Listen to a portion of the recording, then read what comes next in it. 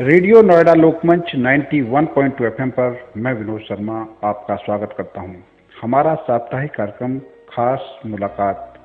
इस कार्यक्रम में हम आपकी मुलाकात ऐसे लोगों से कराते हैं जिन्होंने जीवन में कुछ नया किया है। कुछ ये कहा जाता है कि आसमान में सुराख नहीं हो सकता, लेकिन कोई तबीयत से पत्थर उछाले तो सुराख भी हो सकता है। ऐसे कुछ कार्य कर रहे हैं हमारे गौतम बुद्ध नगर जिले के कई युवा साथी। उनमें आज मैं आपकी मुलाकात करा रहा हूं राजीव विकल जी से। राजीव विकल जी का अपने स्टूडियो में स्वागत करता हूं। नमस्कार राजीव जी। नमस्कार विनोद जी, बहुत बहुत सादर आभार आपका। राजीव जी, पहले तो अपना परिचय दीजिए कि किस तरीके से आप किस गांव से हैं और कैसे आपने पर्यावरण को विषय के रूप में चुना। क्या कोई ऐसी घटना हुई, क्या कोई ऐसा कहीं से आपको प्रेरणा मिली कि आप इस पर्यावरण के सुधार में लग गए? जी प्रणाम विनोद जी, मेरा नाम राजीव विकल है, जैसा कि आप जानते हैं। जी। मैं ग्राम सभा महावर से आता हूँ, जो दादरी क्षेत्र के अंतर्गत है। जी। जिला गौतम बुद्ध नगर। अभी मैं कंपनी में गवर्नमेंट कॉन्ट्रैक्टर हूँ। जी।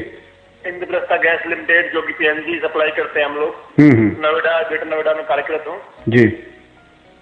पर्यावरण को लेके 3 साल पहले जब ये नवंबर दिसंबर में धुंध छाई रहती है, एक परत जम जाती है हमारे खासकर गाजियाबाद और नोएडा। जब आंखों में जलन होती है, गले में सांस लेने में दिक्कत होती थी, तो मैंने देखा कि ये तो बहुत बड़ी विपदा है। एक प्रकार से ऑफिस आने के लिए मना कर दिया गया कि आप वर्क फ्रॉम होम करिए।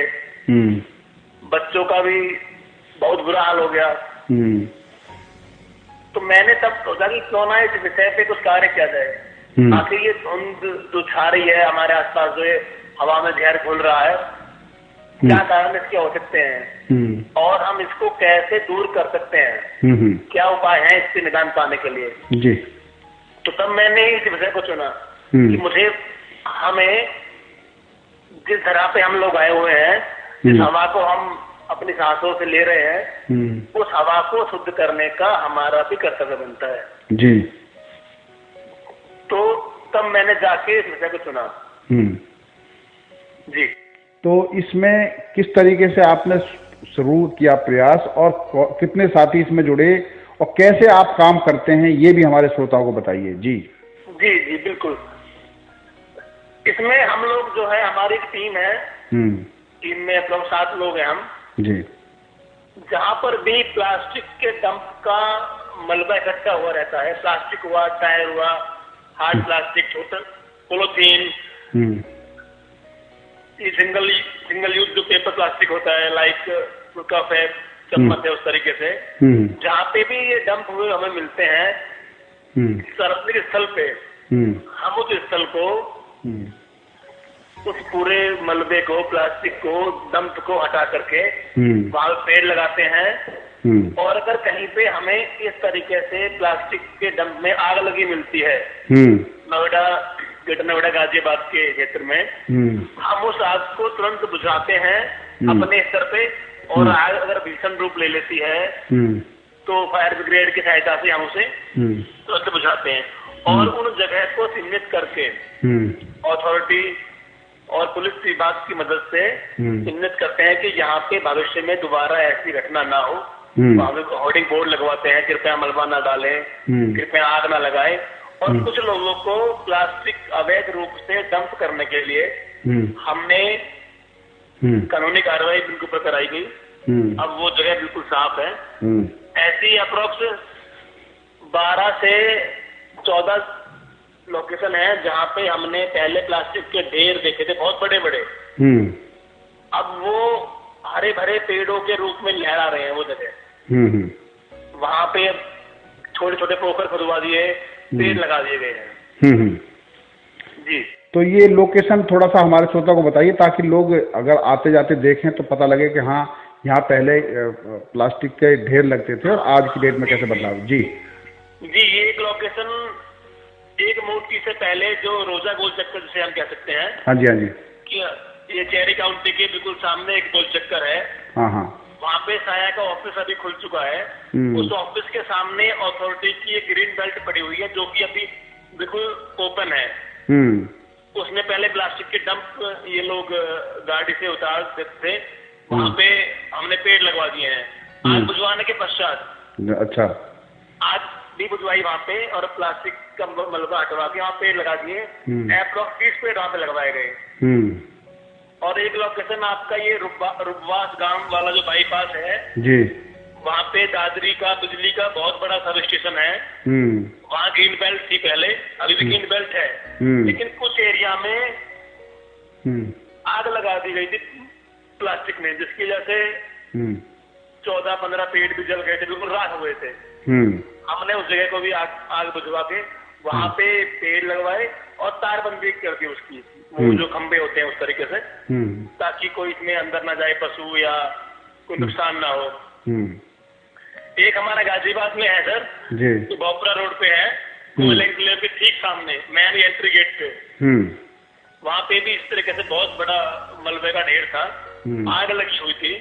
आग बुझवाने के बाद मैंने अथॉरिटी में एक ट्वीट भी किया था उसके लिए। फिर वहाँ पे भी हमने पेड़ लगा दिए। और नोएडा सेक्टर 71 जो अंडरपास अभी निर्माण हुआ है उसका 2 महीने पहले, अब वो तैयार है।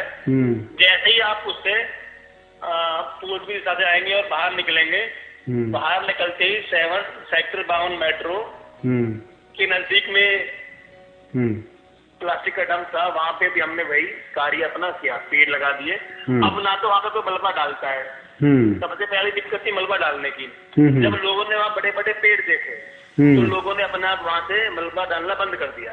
जब मलबा डालना बंद कर दिया तो ढेर लगना बंद हो गया। जब ढेर नहीं लगेगा तो प्लास्टिक में आग भी नहीं लगेगी। जी जी जी जी। तो वहाँ पे भी हमने पेड़ लगा दिए गए हैं। असल में हमारे भारतवर्ष में जी इस वक्त अगर सबसे और मुद्दे भी बहुत है, लेकिन पर्यावरण हवा का जो एयर पोल्यूशन का जो मुद्दा है ये बहुत बड़ा उभर के आया है।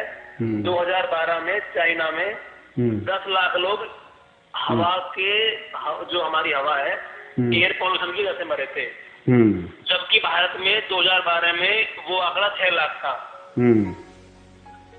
WHO ने जिन 20 शहरों की लिस्ट जारी की है जिनकी हवा सबसे खराब है, उनमें हमारा गाजियाबाद नोएडा भी आता है, पटना है, ग्वालियर है, जोधपुर है, अन्य शहर भी हैं।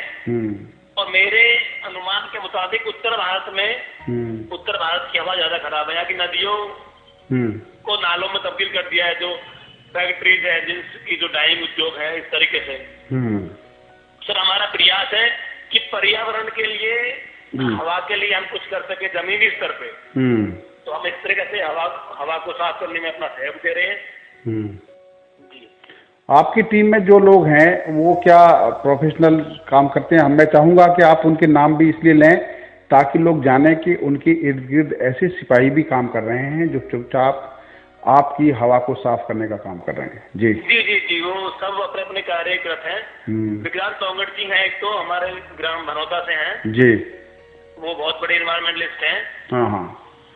एक तरुण बिधूड़ी जी हैं जी, सौदानपुर गांव से, अभी वो नोएडा में कार्यरत हैं। एक हमारे सोनू विकल जी हैं, हमारे ही गांव से आते हैं वो भी। अच्छा। वो भी शिक्षा ले रहे हैं, पढ़ रहे हैं। एक हमारे सोनू नागर जी हैं जी, और एक हमारे तरुण शर्मा जी हैं जो कि आपके दादरी से हैं। वो IIT होल्डर हैं और अभी पार्ले जी के प्लांट हेड है एक जगह पे, वहाँ पे वो कार्यरत है। तो हम सब लोग एक टीम है सर। लेकिन जो जहाँ पर होता है वो अपना कार्य कर रहा होता है, कहीं पर जो भी है पर्यावरण के लिए। जी जी जी। तो आपको सूचना कैसे मिलती है? और दूसरा, क्या कोई ऐसा नंबर भी है जहाँ पे लोग आपको सूचना दे सकते हैं कि अगर किसी को इर्द गिर्द इस तरह का दिखाई दे तो वो आपके उस नंबर पर सूचना दे सकता है? जी जी, जहाँ जहाँ हमने ये अब तक आगे 2 दर्जन आग बुझवाई हैं जी, वहाँ पर भी हमारे नंबर हमने वितरित किए हुए हैं, अपने कार्ड दे रखे हैं। अगर भविष्य में आपके आसपास या कहीं भी आपको ऐसी घटना दिखाई दे जहाँ पर अवैध रूप से कोई मलबा डालकर आग लगा रहा हो तो हमें तो सूचित करें। हाँ, तो वो नंबर ना कर सके तो पुलिस को सूचित करें। तो वो नंबर आप शेयर कीजिए हमारे श्रोताओं के साथ भी। जी जी, वो नंबर है 9871 2 07793। मैं दोबारा बोल देता हूँ, 9871207793। बिल्कुल। तो नंबर है जी।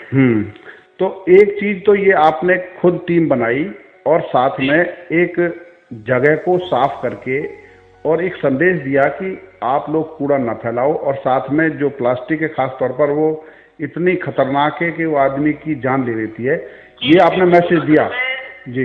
लोकेश जी, प्लास्टिक के जो ढेर में आग लगाने के बाद हवा निकलती है ना, वो इतनी जहरीली गैस होती है कि प्रेग्नेंट औरत के अगर सांस के थ्रू वो अंदर चली गई तो आने वाली जो पीढ़ी उसके पेट में जन्म पल रही है वो बिल्कुल ही मतलब मैं अपाहिज कहूँ हृदय से, ऐसा बच्चा जन्म लेगा उसके पेट से। इतनी जहरीली हवा है प्लास्टिक में आग लगाने के पश्चात। तो इस संदेश को आपने क्या स्कूलों के माध्यम से, कॉलेजों के माध्यम से, खास तौर पर जो लड़कियों के स्कूल हैं, कॉलेज हैं, उनके माध्यम से भी कोई ऐसा अभियान शुरू किया है जिससे कि, क्योंकि हर बच्चे को जानना बहुत जरूरी है कि अपने आसपास अगर प्लास्टिक जलती देखें तो वो क्या करें। जी कॉलेज के माध्यम से तो नहीं हम अभी कर पाए, लेकिन जो ये प्राइमरी प्राथमिक स्कूल है हमारे गांव में, और हमारे आसपास जूनियर हाई स्कूल है, उनमें हम जाते हैं वीकली, और कोई प्रोग्राम होता है जैसे 15 अगस्त हुआ, 26 जनवरी, 2 अक्टूबर हुआ, तो संदेश देते हैं, नाटक के रूप से हम बताते हैं उनको करके कि प्लास्टिक के दुष्प्रभाव क्या हैं और वृक्ष लगाने से हमारे क्या फायदे हैं, कैसे हम पर्यावरण में अपना सहयोग कर सकते हैं, वो बच्चों को हम समझाते हैं। कॉलेज के माध्यम से नहीं, लेकिन अभी जो हमारे गांव में प्राथमिक स्कूल है, प्राइमरी स्कूल है, उनमें हम जाते हैं। तो आने वाले दिनों में प्रशासन के साथ मिलकर, या जो डिग्री कॉलेज के प्रिंसिपल हैं, इंटर कॉलेज के प्रिंसिपल हैं, या जो दूसरे पब्लिक स्कूल हैं जो जहां अच्छे बच्चे, मतलब अच्छी हाई सोसाइटी के बच्चे पढ़ते हैं, ऐसे स्कूलों में जाके आप अपना मैसेज देना शुरू करेंगे, कुछ इस तरह की योजना? जी हाँ, हमने प्लान किया इसके बारे में कि हम लोगों को अवेयर कैसे कर सकते हैं। अब लोग जो युवा साथी हैं, लड़कियां हैं, वो तो हमें बड़े कैंपस में मिल सकती हैं, बड़े कॉलेज में मिल सकती है, पर सबसे अच्छी बात यह है कि हम वहाँ पे एक साथ में कई 100 लोगों को संदेश दे सकते हैं, बिल्कुल, जिनमें जागरूकता आएगी। अब प्रशासन से हमारी यही अपील है कि वो हमें सहयोग करते रहे, और वो भी इन जगह को सीमित रखें जिन जगह पे प्लास्टिक का डंप होता आ रहा था, ताकि दोबारा ऐसा ना हो। अच्छा, ऐसी कोई समिति जो, जैसे क्योंकि अब हर गांव में एक पंचायत समिति है, पंचायत घर होता है, और एक सार्वजनिक स्थल एक तरीके से, तो वहां पर कोई ऐसे मैसेज लिखित में दिए जाएं ताकि आते जाते लोग देखें और उसको महसूस करें, इस तरह का भी कोई अभियान शुरू करने की योजना? विनोद जी, बहुत ही बढ़िया सुझाव आपने दिया, वाकई में मेरे हृदय को छू गए। अभी हमारे ग्राम पंचायत भवन, जिसे हम चौपाल भी कहते थे पहले, अभी वो ग्राम पंचायत भवन के रूप में है, और वहाँ पे हमारे आर्टिस्ट आए हुए हैं। अभी वर्तमान में हमने अपने गांव के एक पोखर को एक NGO की सहायता से दोबारा जीवित किया है, जो कि मर चुका था तालाब को। तो उस तालाब और पर्यावरण के लिए जो लिखित रूप में संदेश देने के लिए आर्टिस्ट आए हुए हैं, वो कल से अपना कार्य स्टार्ट करेंगे। लिखे हुए संदेश भी लोगों के मन को छूते हैं, उन्हें प्रभावित करते हैं और अवेयरनेस करते हैं। बिल्कुल, अवेयर करते हैं। बिल्कुल। जी विनोद जी, मैं इस पे बिल्कुल कार्य करूंगा। हाँ, वाकई में ये बहुत अच्छा सुझाव लगा मुझे आपका। हाँ, नहीं देखो, अमूमन 2 चीजें हैं हमारे दिमाग में भी आती है, और एक दूसरे के साथ जब शेयर करते हैं तो वो चीजें आगे बढ़ती हैं। जी बिल्कुल। जैसे हमने पढ़ा कि पिछले आज से लगभग 500-600 साल पहले रहीम ने लिखा था, और बड़े संतों ने लिखा था कि जो पानी के ऊपर लिखा था बाकायदा, है ना भाई, रहीमन पानी राखिए बिन पानी सब सून, और पानी गए न उबरे मोती मानस चून। ठीक है? बिल्कुल सही कह रहे हैं। दूसरी बात यह है कि जब प्लास्टिक कचरा कोई डालता है, तो अगर हम बोर्ड पे ये लिख दें कि इस प्लास्टिक को खाने से गाय मर सकती है, तो मेरे ख्याल से वो बहुत बड़ा संदेश उन बच्चों के लिए जाता है, घर परिवार के लिए जाता है कि गाय हमारे लिए पूज्य है। बिल्कुल। तो इस तरह के संदेश देकर आप उसको आगे बढ़ा सकते हैं। गाय प्लास्टिक खाएगी तो गाय मरेगी, और गाय हमारी माताएं हमारी देवी देवता है उसमें। जी जी जी जी जी। तो लोग फिर बचेंगे उस चीज से। जी विनोद जी, मैं ये कह रहा था। जी जी बोलिए। हम उन लोगों के वंशज हैं जी जो प्रकृति के तत्वों में कल्याण ढूंढते आए हैं। बिल्कुल बिल्कुल बिल्कुल बिल्कुल। आज वही कल्याणकारी तत्व अपने कल्याण के लिए हमारी ओर जी टकटकी लगाए हुए हैं। बिल्कुल बिल्कुल। अब यह बताने की जरूरत नहीं है कि हम उनसे हैं, वो हमसे नहीं। और उनकी रक्षा में ही हमारी सुरक्षा है। बिल्कुल बिल्कुल बिल्कुल। और अब आप इस कार्यक्रम के माध्यम से पूरे नोएडा, ग्रेट नोएडा, गाजियाबाद के लोगों को क्या संदेश देना चाहते हैं? चाहे वो युवा हैं, चाहे महिलाएं हैं, चाहे परिवार हैं, समाज है, हाई सोसाइटी है या नीचे के तबके के लोग हैं, उनको क्या संदेश देना चाहेंगे वो जरूर बताइए। जी सबसे पहला संदेश ये जी, प्लास्टिक का प्रयोग हमारी जो महिलाएं घरों में होती हैं, खासकर देहात में होती हैं जी, वो सब्जी लाने के लिए कपड़े के थैले का या जूट के थैले का प्रयोग करें जी। प्लास्टिक घर में नहीं आएगी जी। सबसे अच्छी बात है, प्लास्टिक घर में नहीं आएगी तो बिल्कुल। तो वो महिलाएं थोड़ी जागरूक हों और कपड़े का थैले में सब्जी लाएं और कपड़े से जूट के थैले में लाएं जी। और जो हमारे यूथ हैं, जो हमारे युवा हैं जी, जो जिसका भविष्य हमारे जैसे भविष्य हमारे युवाओं के ऊपर डिपेंड है जी, हमारे युवाओं से मेरी गुजारिश ये है जी, सोशल मीडिया के थ्रू जागरूकता फैलाएं और उस पर अमल भी करें खुद भी जी। प्लास्टिक का उपयोग ना करें, वृक्ष लगाएं, पर्यावरण को दूषित ना होने दें, प्लास्टिक के डंप इकट्ठे ना होने दें और अपने ऑफिस, अपने कार्यालय सप्ताह में एक बार साइकिल से या सार्वजनिक ट्रांसपोर्ट से अवश्य जाएं। और जो हमारे सोसाइटीज में लोग स्टे करते हैं, रहते हैं, हाई प्रोफाइल है थोड़े से, इनको सर मेरा एक ही संदेश है कि आप लोग जिस सोसाइटी में रह रहे हैं वहाँ पे ग्रीनरी को बढ़ावा दें। ग्रीनरी मतलब पेड़ बहुत लगवाएं। सिर्फ कंक्रीट के जंगल खड़े करने से हमारे देश का विकास नहीं होगा विनोद जी। बिल्कुल बिल्कुल। जितनी भी नोएडा में इमारतें खड़ी है कम से कम उनमें ग्रीनरी 80% हो। बिल्कुल बिल्कुल बिल्कुल बिल्कुल। हमारी जमीनें चली गई, चलो जी, अब यहाँ पे हमने बसापत कर दी, जंगल मतलब इमारतें खड़ी कर दी जी जी विनोद जी। इनमें कुछ समय पश्चात जब इनकी दीवारों पे एसी टंगे रहेंगे तो लोगों की सांसें घुट जाएंगी।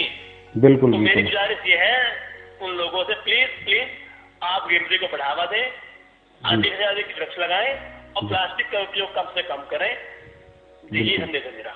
बिल्कुल। आपने रेडियो नोएडा लोकमंच 91.2 FM को समय दिया और आपने जो काम किया है और जो कर रहे हैं, हमारा यही प्रभु से प्रार्थना है कि आप उस काम को तेजी से करते रहें और अपने इस जीवन में उस सार्थकता को आगे सिद्ध करें ताकि लोगों के जीवन को सुलभ बनाया जा सके। आपका बहुत बहुत धन्यवाद राजीव जी। धन्यवाद विनोद जी, बहुत बहुत साधुवाद आपका।